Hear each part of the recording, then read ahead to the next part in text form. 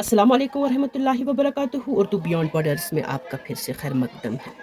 आज हम हमज़ा की अहम सूरतों के ताल्लुक़ से पढ़ेंगे, क्योंकि हमज़ा के ताल्लुक़ से भी इमला में कई गलतफ़हमियाँ जो है सामने आती हैं। उर्दू में हमज़ा हमें उमूमन इन सूरतों में नज़र आता है। एक तो ये खाली हमज़ा, इसके पर भी कुछ अल्फाज बनते हैं, या ये पर छोटी ये पर अगर हमज़ा हो तो उसकी भी कुछ सूरतें हैं। वाव पर हमज़ा और अलिफ पर हमज़ा। ये पर अगर हमज़ा हो यानी कि ये की कुर्सी पर अगर हमज़ा हो तो इसको हमज़ा तहतुल या कहते हैं। अलिफ पर अगर हमज़ा हो यानी कि अलिफ की कुर्सी पर अगर हमज़ा हो तो इसको हमज़ा फ़ौक़ुल अलिफ कहते हैं। और वाव पर अगर हमज़ा हो तो इसको हमज़ा फ़ौक़ुल वाव कहते हैं। तो मुख्तलिफ अल्फाज में मुख्तलिफ तरीके से इस हमज़ा का इस्तेमाल अमल में आता है। कोई हम देख सकते हैं कि अलिफ और हमज़ा एक नहीं है, बल्कि हमज़ा की सूरतें बदलती है जब वो कभी या की कुर्सी पर बैठता है, या कभी वाव की, या कभी अलिफ की। तो इस ताल्लुक़ से हम कुछ अल्फाज देखेंगे जिनसे जो है हमें हमज़ा की निशानदही होगी और हमज़ा को सही इमला के तौर पर हम लिख पाएंगे। मिसाल के तौर पर अगर यही हमज़ा जो है ये या की कुर्सी पर बैठा है तो हम इसको किस तरीके से लिख सकते हैं, पहले हम इसको देखेंगे।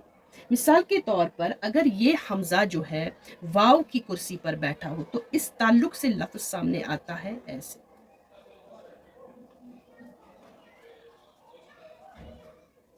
मुअस्सर, ठीक है ना। इसी तरीके से मुअद्दब, इसी तरीके से मुआख़िज़ा, ठीक है ना। इसी तरीके से मुअद्दब, मुअद्दब तो हमने लिखा मुअल्लिफ को अगर वाव की कुर्सी पर बैठा हो यानी कि वाव पर अगर हमज़े का इस्तेमाल हुआ हो तो इस तरीके से अल्फाज जो हैं सामने आते हैं। वो वाव की सूरत तो ज़ाहिर है क्योंकि वाव दिखाया गया है और उस पर हमज़ा है, लेकिन या को कैसे पहचाने? अगर अब या यानी कि तहतुल या जिसको हम कहते हैं, या पर अगर हमज़े का इस्तेमाल हो तो कैसी सूरत बनती है फिर हमज़ा की और किस तरीके? जैसे कि मैं लिखूंगी यहाँ पे कायद, कायद, तो ये समझना चाहिए कि ये या पर हमज़ा है। या लिखूंगी मैं फ़ायदा, तो कायद में आपको पता होना चाहिए कि ये क़ाफ प्लस अलिफ प्लस ये यानी कि तहतुल या है, ठीक है ना। यानी कि या की कुर्सी पर हमज़ा बैठा है और ये है प्लस दाल, कायद, ठीक है ना। इसी तरीके से फ़ायदा, इसी तरीके से लफ्ज़ है फ़ायदा, तो फ़ायदा में भी यही है, ये फ़े है, अलिफ है और ये हमज़ा ये है, ठीक है ना, यानी कि तहतुल ये है और ये दाल प्लस है। तो इस तरीके से ये वाली हमज़ा जो है यानी जिसको हमज़ा तहतुल या कहते हैं हमारे सामने आती है। इसके बहुत सारे अल्फाज बनते हैं, जैसे कि जायज़ा, इसमें भी तहतुल या का इस्तेमाल हुआ है। आईना, ठीक है ना, इसमें भी हमज़ा या का इस्तेमाल हुआ। या दायमी, तो इसमें भी हमज़ा या का इस्तेमाल हुआ है। तो इस तरीके से जो हमज़ा है यानी कि तहतुल या है हमारे सामने आता है।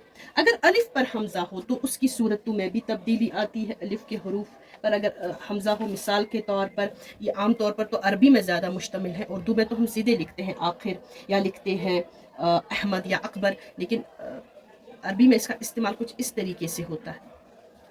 वो ये उर्दू में ज़्यादा जो है इस्तेमाल में अमल में नहीं आता। हमज़ा अलग से इलाहिदा तौर पर भी हमज़ा का इस्तेमाल अमल में आता है। जैसे कि अगर हमज़ा को सिर्फ देखेंगे, हमज़ा का इस्तेमाल में मसल्ला है, वो यहाँ पर खालिस हमज़े का इस्तेमाल हुआ है। या लफ्ज़ है जुर्रत, ये तो अलिफ पर है लेकिन हमज़ा की ख़ास आवाज़ है इसमें, जुर्रत, ठीक है ना। तो इस तरीके के बहुत सारे अल्फाज जिनमें खालिस हमज़ा का इस्तेमाल होता है। हमज़ा के ताल्लुक़ से मुख्तलिफ़ ऐसे अल्फाज हैं जिनमें ये सारे जो है अलिफ का, या का या वाव के अल्फाज जो है सामने आते हैं। जैसे कि इस तरीके से बनता है मसल्ला, ठीक है ना। आमतौर पर कुछ इसका गलत इमला लिखते हैं, ऐसे लिखते हैं तो ये गलत है। इसी तरीके से मसाइल, ये ठीक है, और कुछ इस तरीके से इसको बनाते हैं तो ये गलत है। इसी तरीके से जुर्रत, तो कुछ इसका भी गलत इस तरीके से लिखते हैं, वो कुछ इस तरीके से लिखते हैं तो ये गलत है। इसी तरीके से जायज़, ठीक है ना, तो कुछ इस तरीके से इसका गलत इमला करते हैं, ठीक है ना। इसी तरीके से मैंने दिखाया था फ़ायदा, तो इसको भी कोई इमला इस तरीके से लिखता है फ़ायदा, जबकि यहाँ पर تحت یا استعمال ہوا ہے. اسی طریقے سے آئندہ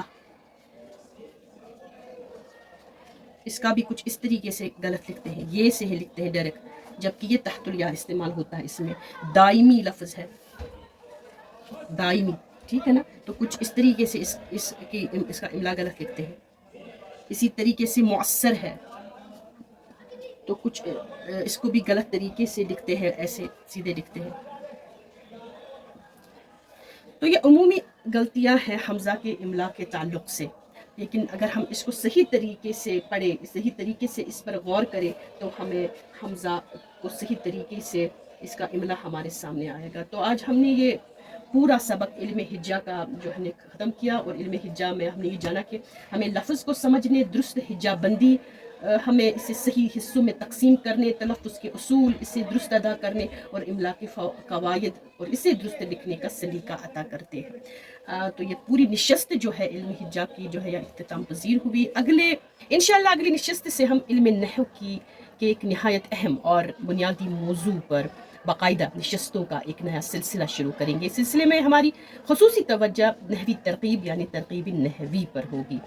ترکیب نحوی اردو قواعد کا ایک اہم موضوع ہے, اور مختلف مسابقتی اور مقابلہ جاتی امتحانات میں بھی اس سے متعلق سوالات طلباء کے لیے خاص اہمیت رکھتے ہیں. اس لیے ہم اسے صرف نظری طور پر نہیں بلکہ آسان مرحلہ وار اور مثالوں کے ذریعے سمجھنے کی کوشش کریں گے, تاکہ طلباء جملہ کی مختلف اجزاء اور ان کے باہمی تعلق کو بخوبی سمجھ سکے. تو اگلی نشست میں علم نحو اور ترکیب نحوی کے اس نئے سفر کا آغاز کرتے ہیں. آپ کی محبت, توجہ اور وقت کا دل کی گہرائیوں سے شکریہ. اگلی نشست تک کے لیے اجازت دیجیے. اللہ حافظ.